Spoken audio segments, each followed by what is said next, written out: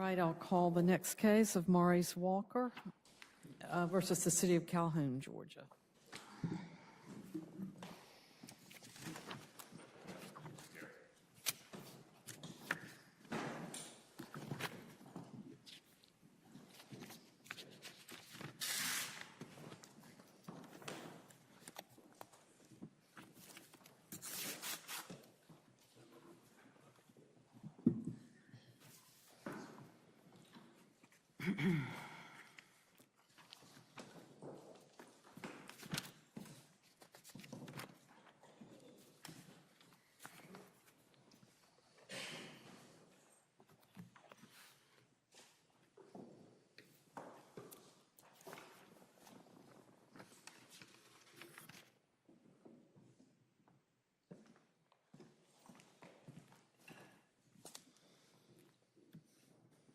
Good morning. Good morning.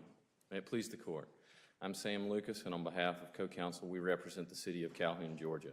In this case, we ask this Court to reverse the District Court's second grant of a preliminary injunction, which found the standing bail order to be unconstitutional. The injunction should be reversed for all the reasons posed in our briefs, but in my time today, I'd like to address two topics. First, I'll address the Court's questions posed in its memorandum to counsel, and second, I'd like to address that the injunction should be reversed. Let me, to make sure we're on the same page, I just want to make sure what you're challenging. As I understand it, you're challenging the 24-hour limit versus a 48-hour limit, correct? Yes, Your Honor. All right. And I understand you're also disagreeing with that part of the injunction that sets up this affidavit procedure. Is that correct? That's correct, Your Honor. Now, there's a third thing you could be challenging, which is the injunction's requirement that a person who's been determined to be indigent must be released immediately on their own recognizance. But I gather, while I don't know that you're necessarily conceding that's constitutionally required, you're not challenging that because your own order has that provision. Is that correct? That's correct, Your Honor. And, all right. And we would agree that the Constitution does not require that, but okay. Judge Smith decided that that's what should be done in the City of Calhoun. All right. I just want to make sure we're on the same page. Thank you. But the injunction should be reversed because it rests on an unsupported and overbroad interpretation of the Constitution, and the sole support in the District Court's order was the Southern District of Texas's opinion in O'Donnell versus Harris County, which has now been reversed. Simply put, if the Fifth Circuit is correct that the federal due process right entitles a detainee to a hearing within 48 hours, the standing bail order satisfies the Constitution, and the injunction should be reversed. Turning to the memorandum of counsel, this Court asked about the impact of Georgia's legislative changes to 1761 and whether that impacts this Court's ability to decide the case or moots Mr. Walker's request for injunctive relief. To the extent that question is posed towards the ability of the City of Calhoun to operate under the standing bail order under the legislative changes, the answer to both questions is no. Specifically because while subsection E did not previously apply to misdemeanor bail, or specifically apply to a review of bail after it had been preset under F1, the legislature has made no finding that it should apply in the changes to that. But that argument takes a little more time than I have today. I'd be happy to submit a supplemental brief to explain why subsection E does not apply. But for purposes of today, assuming that subsection E2 does apply to misdemeanor bail in this context, the standing bail order satisfies all the protections provided in subsection E2. Specifically, the standing bail order provides a review of the financial conditions of an arrestee and satisfies the timing of as soon as possible. Specifically because as soon as possible is a defined term under Georgia law. Specifically, 1-3-3, subsection 5, defines as soon as possible means, quote, within a reasonable time, having due regard to all the circumstances. And statutory and case law show that within 48 hours is a reasonable time in these circumstances. First, Georgia law provides that arrestees are entitled to a probable cause hearing within 48 hours of arrest. Can I just talk to you about, I was a prosecutor, a line prosecutor many years ago, and it was in a small office, and so I got to see people booked in after they were arrested. And what would happen then was, somebody would meet with them and these are people charged with federal felonies, not misdemeanors, meet with them, figure out what their financial situation was, collect that information, and then basically walk from the booking room into the courtroom with the magistrate judge and make a recommendation about what the magistrate judge would do. What I'm having a hard time figuring out is, I mean, I think you've pointed out all the case law about time limit, but what happens during that 48 hours or 24 hours, as the case may be, that can't happen at the time of booking? Well, Your Honor, as the city attorney has stated to me specifically, that in an individualized hearing case, and the term in Calhoun is that you have to get the players to the game. The judge has to get there, and in this case, under the standing bail order, it's providing the additional protection of appointed counsel to get them to the hearing so that the judge can make that determination. Well, let me ask you about that. So as I understand it, Judge Smith performs this judicial duty on Mondays. Yes, Your Honor. So, are y'all increasing her schedule, or how are you going to deal with that if the judge has to be there? Yes, these hearings, the judge could also, she's put in the order that if it's possible and it needs to be done quicker, she can do it by teleconference or over video conference, or the judge can go to the jail and conduct those hearings at the jail, not just in the courtroom on every Monday. So on days other than Monday, it could be done any one of those other three ways. Judge Murphy's injunction says that the decision can be made by somebody at the jail, or I'm flipping through his order. I don't have it right in front of me, but he named several other people besides the judge. He does, Your Honor. I mean, do you ever do it without the judge?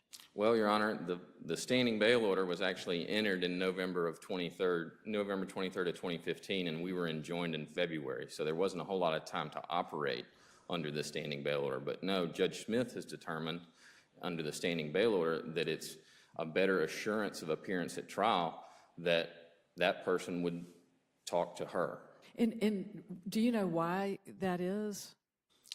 Your Honor, all I can take is from the face of the standing bail order that Judge Smith understood the reasons behind bail and the requirement of assuring presence at trial. And while Judge Murphy respectfully thinks that it can be done with a jailer who doesn't have to be a post-certified police officer and an affidavit, I'd respectfully submit that a defendant swearing to a judge who may end up sentencing them, if convicted, that I'm going to promise to show up and this is why I'm indigent, is a whole world of difference than saying it to a jailer.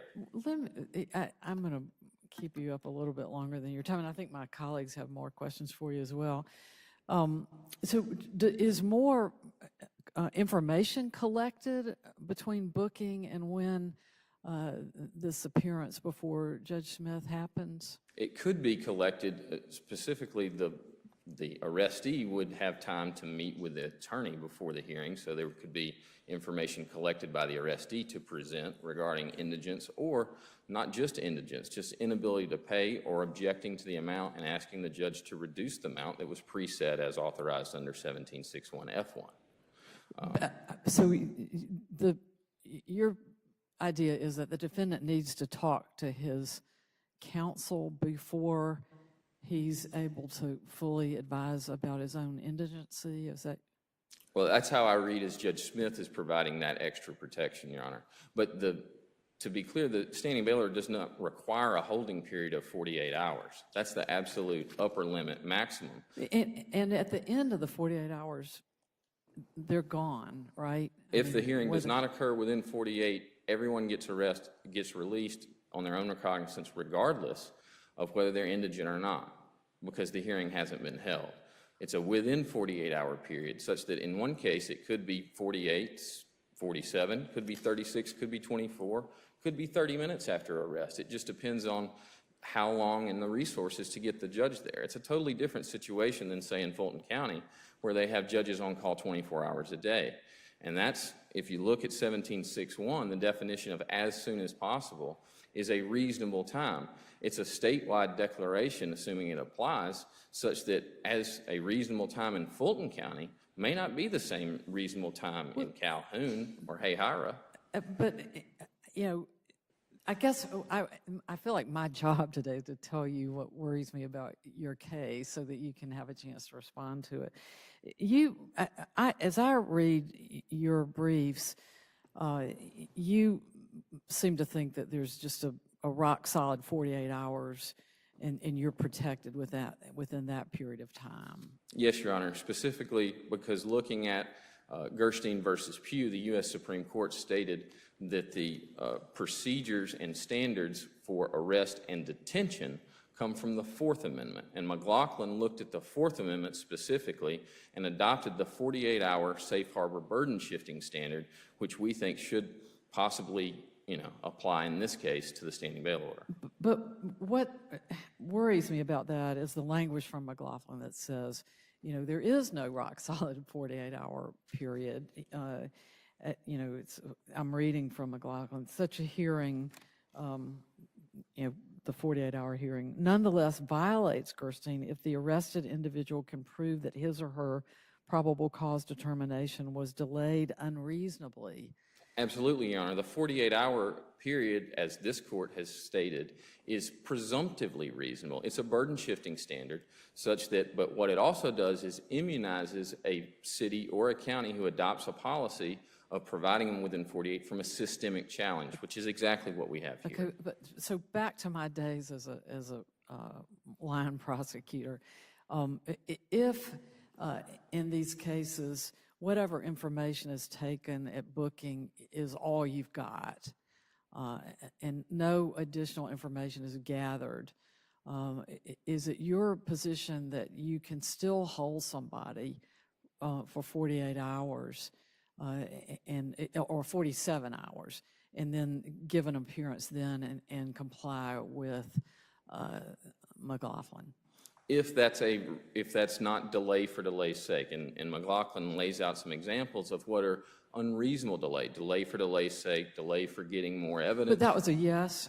Yes, Your Honor. The only information gathered is at the time of booking.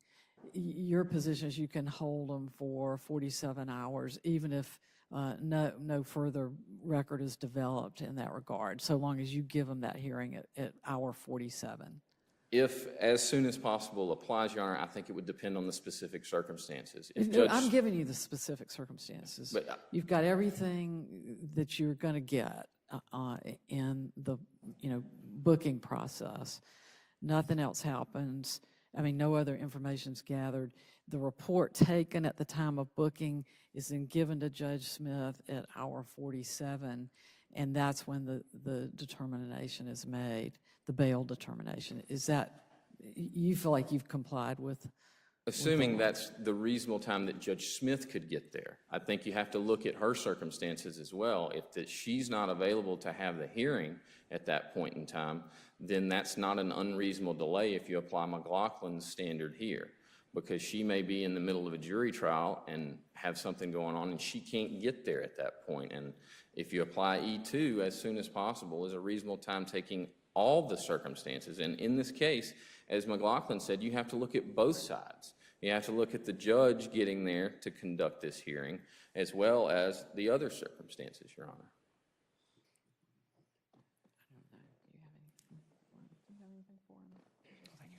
All right, thank you. Thank you. Good morning. Good morning, Your Honors. May it please the Court. Paul Clement for the AMICI, the American Bail Coalition, and the Georgia Association of Professional Bondsmen.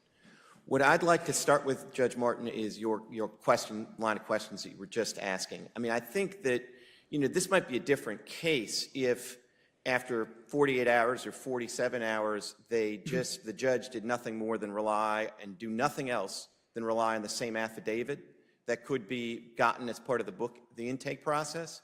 But I think what the city of Calhoun is entitled to do is to say, we don't want to just rely on an affidavit of indigency, for a variety of reasons, including maybe we're worried that if it becomes widely known that the way you can get out of having to post bail is to just file an affidavit of indigency and then you're out immediately. I think the city of Calhoun is entitled to make the reasonable judgment. No, we actually want this to be determined by the judge as part of the initial hearing. But they've also made the determination that after 48 hours, if they haven't seen a judge, it's okay to just let them go on their own recognizance. They have said if you don't see a judge within 48 hours, we're going to let you go. I think that's envisioned as a way to make sure that the hearing happens within 48 hours. So I view that as an added protection. But you understand the point I'm making. I mean, if it's not safe to let them go 47 hours into it until they've seen a judge, why is it safe to let them go at 48 hours if the judge hadn't been available? I don't think it really is, to be perfectly candid. But the point would be, I don't think that can give rise to a facial defect in the policy. And I certainly think that the way that the policy could be administered and the way that I understand that it's envisioned to be administered is that 48-hour rule is not going to kick in except maybe, maybe in extremis, maybe if the judge is just not available and there's no way to get a hold of it. But in the normal instance, the way this is supposed to work is you get the hearing in front of the judge in 48 hours or less, and then you get a determination of whether you're truly indigent. You may also get sort of an interim determination which says, all right, well, this is a pretty serious offense. This is, driving under the influence, and this has got a $2,000 bond, and you can't pay that, but maybe you can pay $1,000, and that's what we're going to put in a bond for. I think that can also happen at this individualized hearing. And so I think from a constitutional standpoint, I think the absolute most that the Constitution gives you is a right to this kind of individualized determination within 48 hours. Again, to be candid, I don't even think 48 hours is the constitutional requirement when it comes to this kind of individualized hearing in the bail context. You think it could be longer? I think it could be longer, and the Federal Bail Act contemplates that it could be longer. But we have McLaughlin, do we not? We do, but McLaughlin's focused on the probable cause determination. And, and obviously there are differences with the federal system. And I think my friends would say, well, the biggest difference in the federal system is nobody can post pursuant to a bail schedule and get out of bail immediately. But putting that to one side, in the federal system, the basic statutory rule says that you have a constitutional entitlement to probable cause hearing within 48 hours. But then as to your individualized bail determination, under the statute itself, the prosecutors can ask for a delay of up to 72 hours. So I bring that up not to litigate a case that's not before you, but to maybe emphasize that it's probably important here to rule relatively narrowly, so you don't needlessly call into question the constitutionality of the federal law, or, again, the Georgia statutory provision, as I understand it, contemplates a bail hearing within 10 days. So, there are all sorts of other deadlines out there that are longer. And I think the important thing, and I think the Fifth Circuit decision in the O'Donnell case really brings this home, is that 48 hours makes it obvious that there's not a constitutional problem. And that if that's true, an injunction that's entirely focused on the difference between 48 hours and 24 hours can't stand. It's just not based on the likelihood of a constitutional violation in the delta between 24 hours and 48 hours. Thank you. Thank you.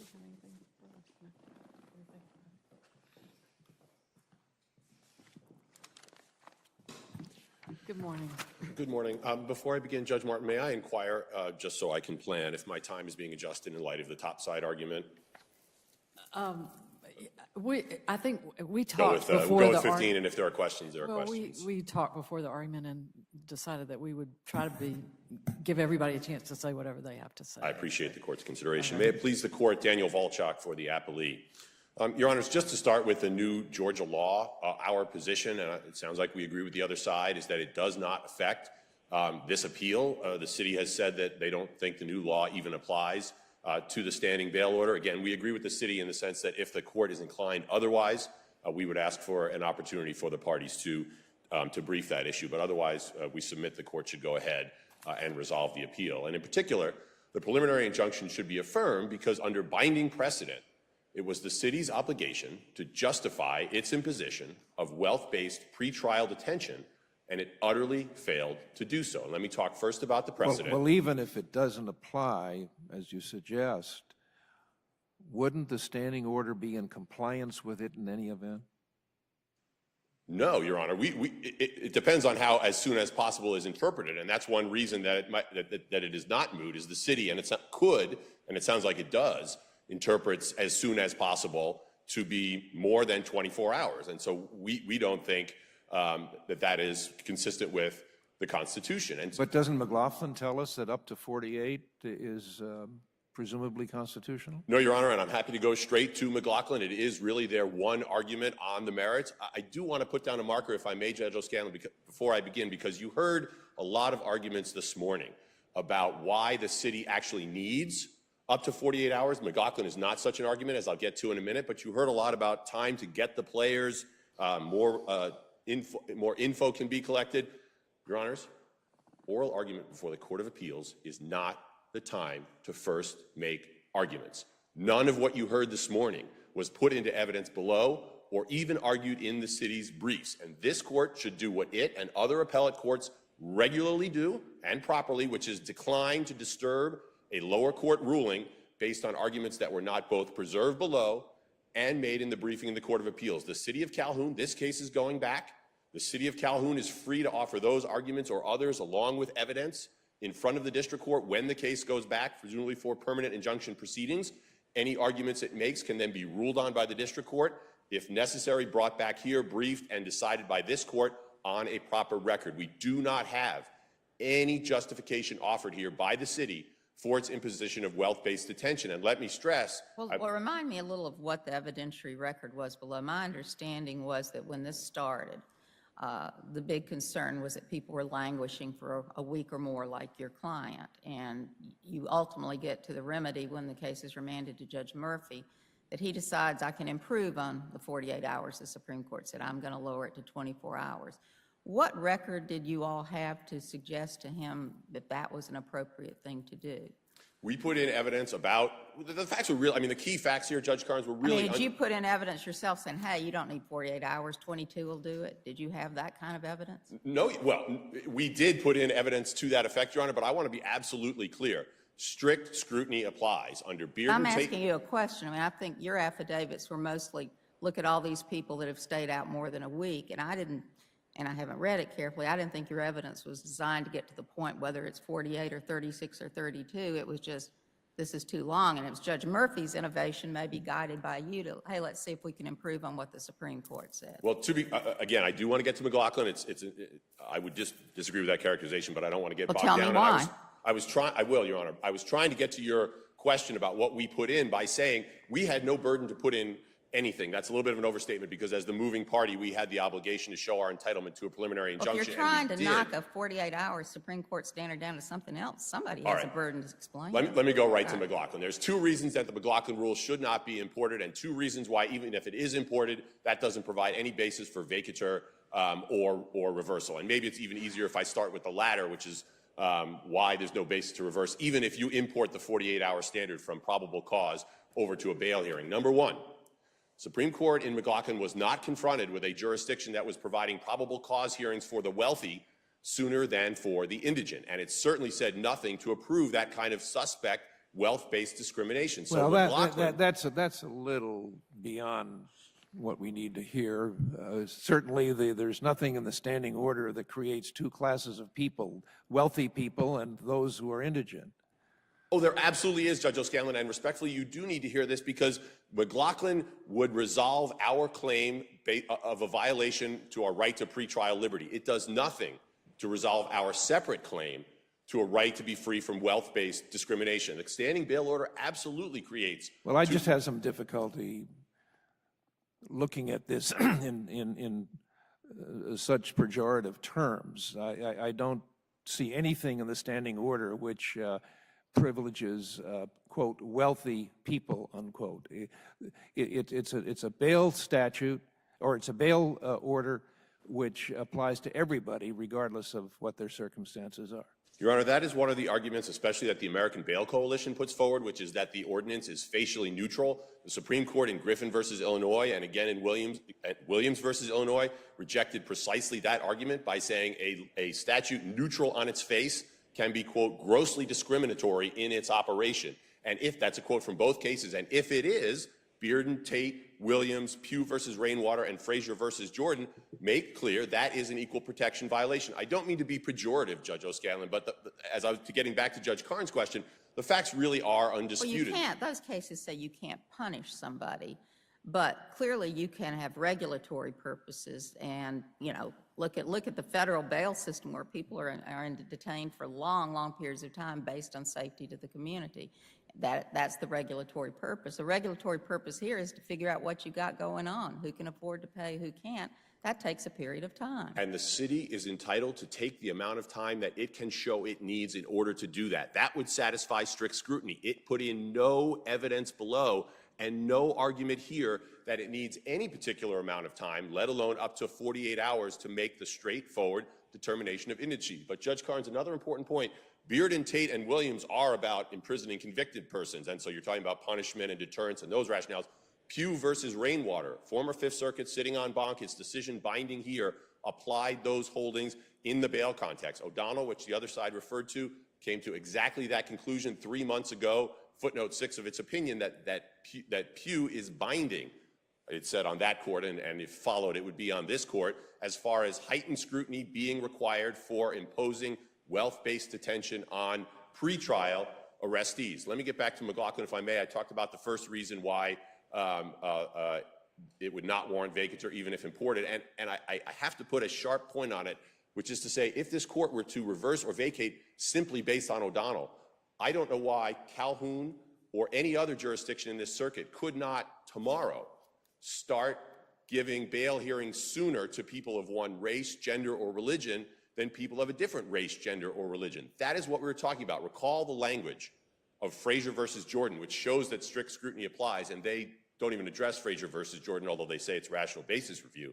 Frazier versus Jordan says imposing a fine like this or this sort of wealth-based discrimination creates, quote, a suspect classification that invokes the compelling government interest test. That is from Frazier versus Jordan, again, former Fifth Circuit. So it was the city's burden to put in that evidence, and they did not. The second reason, I'm sorry, Mr. Clement was telling us, too, that this case has ramifications. If you think 24 hours is all it'll do, and I don't know why 24, why not 2, 3, 4, but 24 is what you got. I mean, what about the federal bail statutes that go a lot longer than that? They're in deep trouble at this point, too. No, they are not, Judge Karnes. Respectfully, what the Supreme Court said in Salerno in analyzing the Bail Reform Act was exactly what we are arguing for, which is that people can be detained.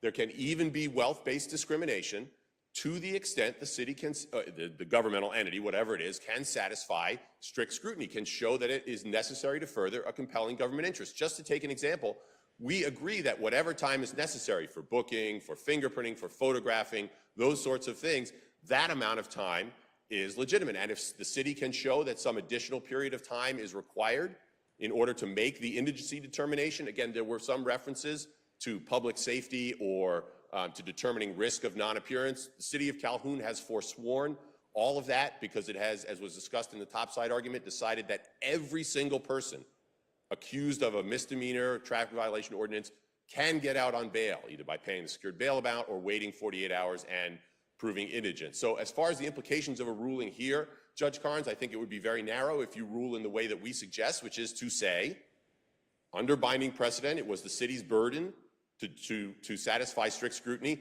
and they put in nothing. And the court is free to say this case is going back, and nothing we say here precludes the district court from considering additional evidence or arguments that Calhoun, its amici, and of course our side, wants to put in on remand. But the city has come here asking this court for guidance and asking this court to reverse without making a record to satisfy the burden that it has under strict scrutiny. Let me get back to McLaughlin. The second reason that even if the court imported the 48-hour rule, that there would be no basis for vacatur or remand, the city argues throughout its briefs, and this was alluded to a couple of times, Judge Karnes, in your questions, as though the standing bail order were in place when this complaint was filed. It was not. They had, as we were discussing, a system in which people were routinely detained 3, 4, 5, 6, even 7 days. And they don't defend that here, rightly so. It's clearly unconstitutional, and that constitutional violation invoked, as we discussed, I think it's pages 47 to 48 of our brief, under Supreme Court precedent, the district court's broad, equitable discretion to fashion a remedy for the constitutional violation. And in particular, that discretion was not limited to imposing only that which the Constitution affirmatively requires for those who have not committed a violation. The court could go beyond that, so that's why we said, even if this court doesn't need to reach the 48-hour question, or even if it disagrees with us and imports McLaughlin, the district court had discretion in light of the violation of the original policy to impose something else. And the two reasons why it was not a clear abuse of discretion for the district court to do 24 hours, and again, at that point, we really are talking about abuse of discretion. Number one, it is a very real harm to people to be locked up for 2 days. This is one of the key points I hope to leave with the court. There are real harms here. There is loss of employment. There is inability to care for young children or possibly sick parents. And on the other, so in light of those harms, and this court has said in the United States— Let me interrupt you. There is also a balance here, too. There, as your opposing counsel said, there is a desire on the part of the city to have people show up, and there's a desire to have some sort of procedure that will impress on them the importance of them showing up. And in that line, I'd like to ask you, I'm just interpreting part of the injunction is difficult for me. The affidavit section seems to suggest to me that as long as a person files an affidavit and puts 0 in all the columns or a low number, that when you actually have Judge Smith coming back ready to have court, she's there. Is it your reading of this and this injunction that she has no ability to reject the affidavit, to ask some questions, to make sure that in fact that's true? Because when I read the injunction, it looks like you put the right numbers on the affidavit and out the door you go. How do you read the injunction? No, Judge Carnes, that's not correct. Let me say as a threshold matter, I mean, I don't think the court should skate past the fact that the affidavit is made under penalties of perjury. If it's falsified, that is a separate charge, perhaps even a felony. So I wouldn't say that people would just likely falsify, but in any event, the injunction incorporates the exact language from the standing bail order, and it's at page 25 of the district court's second order is what I'm going to be reading from. What the district court said was, if the affidavit shows indigence under the federal standard, and again, this is all what the city of Calhoun itself adopted, and I think that's important. Just to sidetrack for just a moment, Judge Carnes, you referred to the city's interest in ensuring people will appear.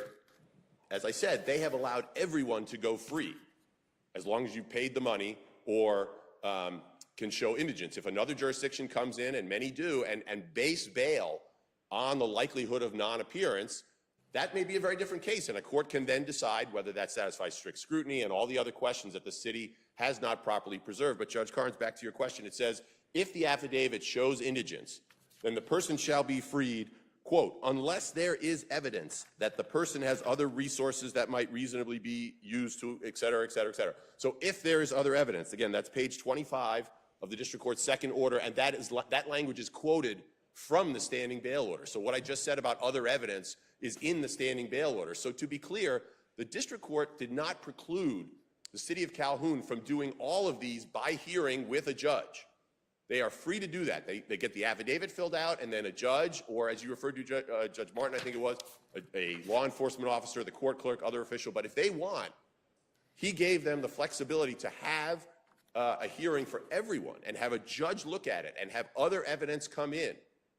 So it is only if there is no other evidence, and of course the affidavit is filled out. So the district court's order does not take away that flexibility from the city of Calhoun. Of course, the hearing would have to be held within 24 hours, and I do want to get to the two reasons that the 48-hour rule from McLaughlin should not be imported. I addressed the two reasons why, even if it is imported. Well, what is there out there in terms of other precedents that would establish a 24-hour rule? What is it that supports the 24 hours? To be clear, Judge O'Scanlan, we did not argue for a 24-hour rule. The district court adopted that as a matter, we think, of equitable discretion, giving the city some flex.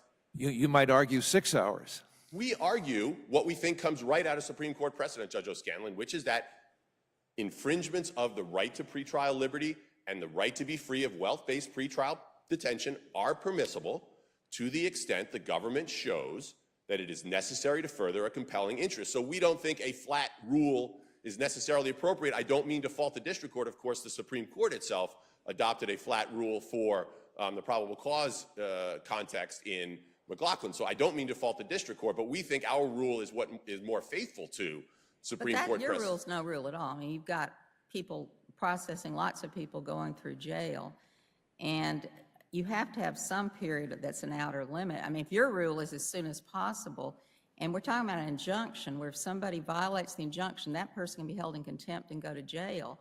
A rule as soon as possible is not a rule that's going to really work in an injunction. Every time somebody stays 3 hours instead of 2, you haul the jailer in before federal court because he's violated the contempt order. I mean, you can't do it the way you suggest, correct? Of course we can do it the way I'm suggesting, Judge Carnes. We can have a rule that I just articulated to Judge O'Scanlan, and the city does not detain people longer than the time it actually needs to hold. I mean, this is very straightforward.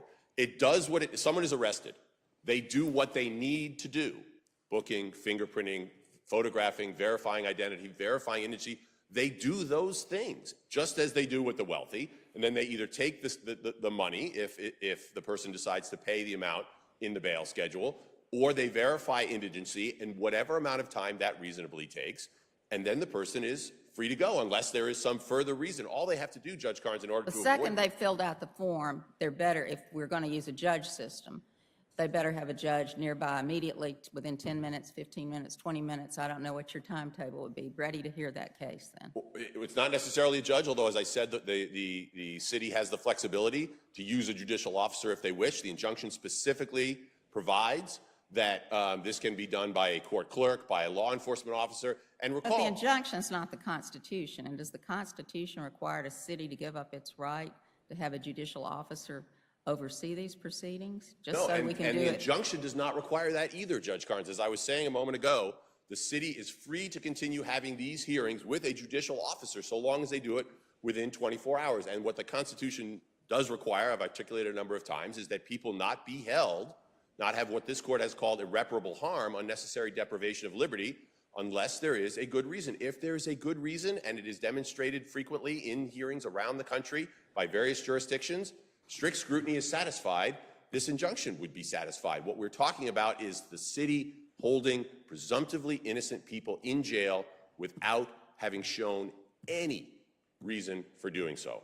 I'm well over my time. I'm happy to answer further questions. I have just one more question. I'm listening to my colleagues and thinking about the three of us need to write an opinion together. And I'm hearing concern about the 24-hour limit put in Judge Murphy's injunction. And what I think you said is you didn't ask for a time limit. Is a time limit necessary? The time limit that we believe is the Constitution and precedent requires is the amount of time the city needs to further a compelling interest. So the 24-hour time limit in the injunction is not necessary from your standpoint? Well, Your Honor, they are of course the appellant. We are defending what the district court did, and they need to bring a good reason for it to be vacated. But in terms of what this court could say, I don't see a reason why this court couldn't say the Constitution does not necessarily, although to be fair, I was going to say the Constitution doesn't provide a numeric limit as long as the city can show that it has a compelling reason that is necessary in order to effect this detention. That's the satisfaction of strict scrutiny. That's okay under the precedent. But again, we have to find under this court's precedent clear abuse of discretion. The 24 hours was a remedial provision. But I think what Judge Martin's asking, that's abstract, and we have to deal with abstract principles to get to our final answer. We're dealing now with an injunction with jailers who need to read something and know what they're supposed to do. Is it okay with you if we strike the 24 hours? If the court replaces it with language that wealth-based detention and deprivation of pretrial right to liberty is permissible only insofar. And that translates to another language for jailer. That tells a jailer nothing. That tells you nothing. We're talking about injunction, not the ultimate merits of the case. What are the jailers supposed to do? Judge Carnes, I don't think it tells the jailers nothing. It tells them when you've got a reason to hold them, do what you need to go do, and let them go. But if the concern is the jailers don't understand the sort of language I was articulating, I think that may well be one of the reasons that the district court imposed 24 hours. And so that may be a reason to leave it in place. But either way, there either has to be the limit here because they have not shown clear abuse of discretion, or it has to be what comes directly out of Supreme Court precedent, which is that the government needs a compelling reason and a compelling interest that is necessarily furthered by deprivation of the rights against pretrial wealth-based discrimination and the right to pretrial liberty. All right, thank you very much. Thank you, Your Honors.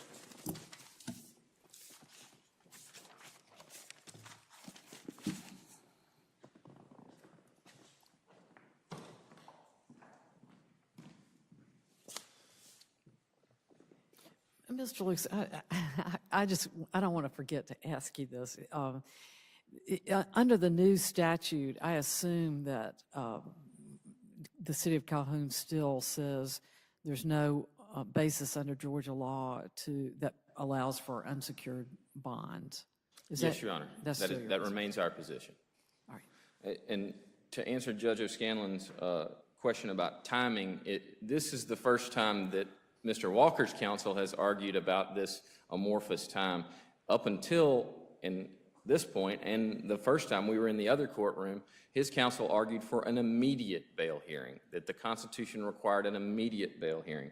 To answer your question, Judge Martin, why do we need a time frame? We need a time frame because this case is to what Pugh versus Rainwater is what McLaughlin was to Gerstein. Gerstein said You argued prompt. that last time, too, didn't you? I did, Your Honor. And I'm still trying to get direction because here we are 2.5 years later, and the city of Calhoun is still asking for direction as to how to constitutionally employ the use of a master bail schedule when dealing with indigent arrestees. And the First Circuit Court answer to that, the first answer from a circuit court, being the Fifth Circuit in O'Donnell, says that there are 3 requirements. 1, notice and opportunity to be heard and submit evidence. 2, within 48 hours of arrest. And 3, a reasoned decision from an impartial decision maker. The standing bail order provides each of those requirements. In fact, the standing bail order goes further than what the Fifth Circuit required in O'Donnell. Specifically, it's going to give an individualized bail hearing to all arrestees, not just indigents. Second, it's providing appointed counsel for the individualized bail hearing. And third, if at that individualized hearing the court determines that that person is indigent and there are no other holes, then that person's going to be subject to release on their own recognizance. That result was one that the Fifth Circuit explicitly rejected was required under the Constitution. The standing bail order goes further than what the Constitution requires, and therefore the district court erred in prohibiting the city of Calhoun from operating under it. Of course, you know, as your friend on the other side says, you know, that's all in the merits decision, which is not really our job. Our job is to review the injunction. That's correct, Your Honor, but this is a facial attack on the standing bail order that's at issue in this injunction, and under Solantic, this court can get to those. And specifically regarding the overbreadth argument, Your Honor, under Gibson versus Firestone, this court stated in 1984 that although federal courts have broad equitable powers to remedy constitutional violations, injunctive relief must be tailored to fit the nature and extent of the established violation. It must be limited in scope to the extent necessary to protect the interest of the parties. That's the 48-hour limit at most, Your Honor, in this case. Let me ask you how if we'd actually write this order. Let's assume, just talking for me, let's assume that we decide back to the 2 things you care about, that we're going to strike the 24-hour part of Judge Murphy's injunction and say 48 hours is ample. Let's assume you're also going to win on your affidavit point. The Constitution doesn't require this affidavit procedure, nor do I think there's anything in the evidentiary record to suggest that's necessary. So that's gone. So what are we exactly enjoining? We are saying there's nothing much left of Judge Murphy's order except the time limit part, and then are we going to wed with that your concession that should we make what you agree in the standing order now part of an injunction, in other words? No, Your Honor, what we simply ask is for this court to reverse the district court's grant of the injunction because the standing bail order complies with the Constitution. This court does not need to set the limit, doesn't need to say how far it is, if it's 72 or what, you know, Mr. Clement says, but this court just needs to say, well, whatever the Constitution requires, it doesn't require more than what the standing bail order provides. We ask this court to reverse the injunction because the standing bail order provides meaningful consideration of the alternatives to monetary bail within a time period the Supreme Court has held to be prompt and under the Constitution. As stated in the government's brief, this court should correct the district court's error by finding the presumption of constitutionality and applying that to the 48-hour time frame contained in the standing bail order. We ask this court to reverse the injunction. Thank you. Thank you.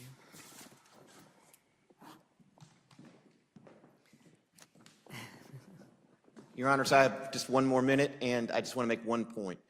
My friend representing the appellees would like you to apply the Williams-Tate-Brereton line of cases to bail, and that would be a very revolutionary step. From the very beginning, the institution of bail, unlike the punishments at issue in those cases, has had almost as an implicit idea that not everybody is going to have enough resources to post the amount of bail. That's just inherent in the concept of bail, and courts have consistently rejected the argument that the Eighth Amendment excessive bail provision gives you a right to affordable bail.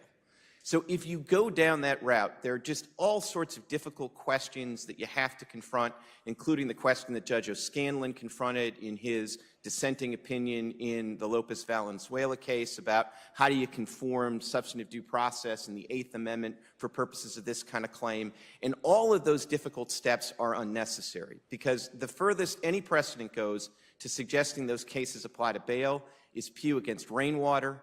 All Pew against Rainwater says is we're going to reject a facial challenge as long as there's some mechanism for an individualized determination. It doesn't specify itself what time would be sufficient.